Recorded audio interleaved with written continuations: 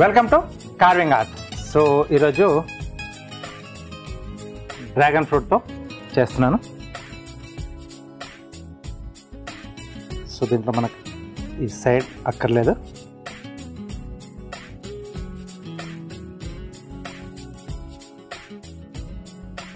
Okay, so ఈ పైన కూడా తీసేసుకున్నాం.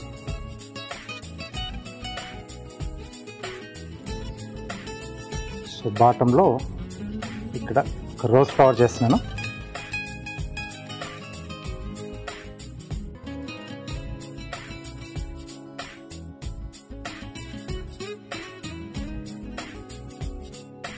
సో లోపల సాఫ్ట్ ఉంటుంది, కొంచెం దీన్ని లేవల్గా చేసుకుంటే మనకు బాగుంటుంది. Petals outer side,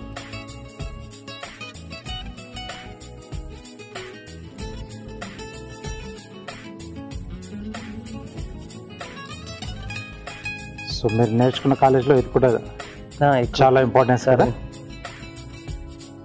fruit carving, vegetable carving, ice carving.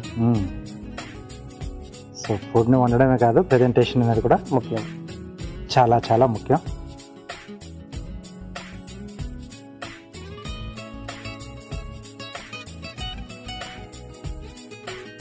మీకు కార్వింగ్ నేర్చుకోవడం ఎలా అనిపించింది సార్?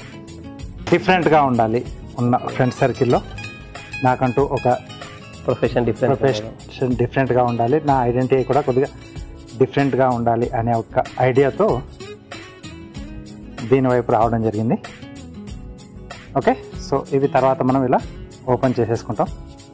సో సైడ్ లీవ్స్ ఇంకా మనకు అక్కర్లేదు, దానిపైన ఉన్న స్కిన్నే మనకు లీఫ్లా వస్తుంది. So rose flower. Okay, marking ఇక్కడ ఒక్కొక్కటి సింగిల్ తీసేసి పెటల్ ఇలా తీసేస్తాం.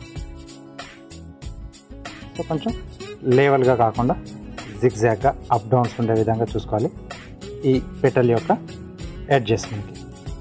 అప్పుడు ఏంటంటే కొంచెం న్యాచురల్గా కనిపిస్తుంది.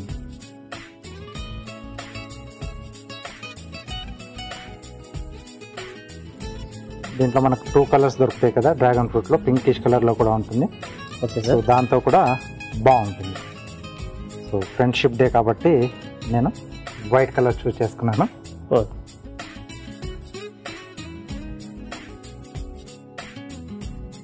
సో ఎక్స్ట్రా తీసేది కూడా వేస్ట్ అంటూ ఏముండదు, అన్నీ దీంట్లో తినేదే కాబట్టి మధ్యలో ఫ్రెష్. హ్యాపీగా ఆ ముక్కల్ని సలాడ్లా తీసేసుకోవచ్చు, లేకపోతే జ్యూస్లా చేసుకొని తాగేసేయచ్చు.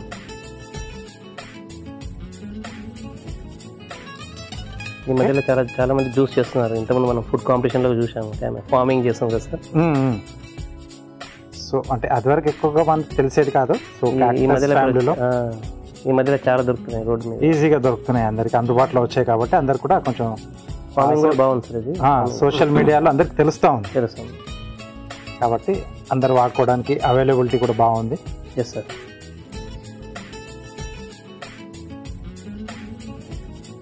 సో నెక్స్ట్ పెటల్ చేసే ముందు కొంచెం ఇది ఇలా లేవల్ చేసుకుంటే ఏంటంటే ఆ పెటల్ మనకు స్మూత్గా వస్తుంది, నీట్గా వస్తుంది.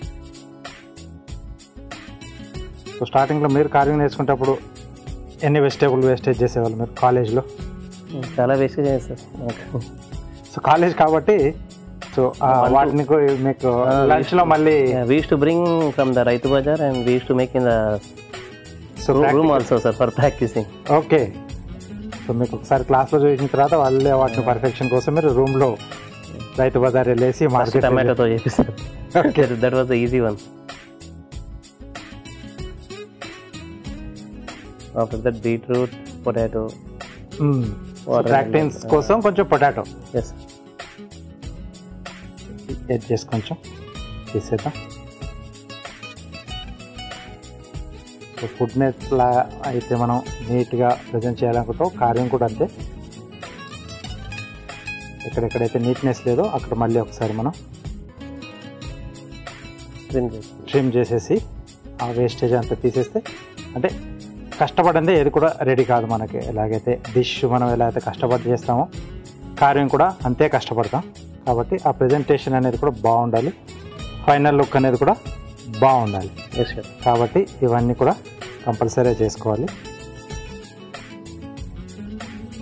ఓకే, సో లాస్ట్లో కొంచెం వీటిని ఇలా వెనకాత వైపు తీసేసుకుంటే ఆ ఫ్లవర్ సైజ్ అనేది పెరుగుతుంది, లుక్ అనేది కూడా వస్తుంది.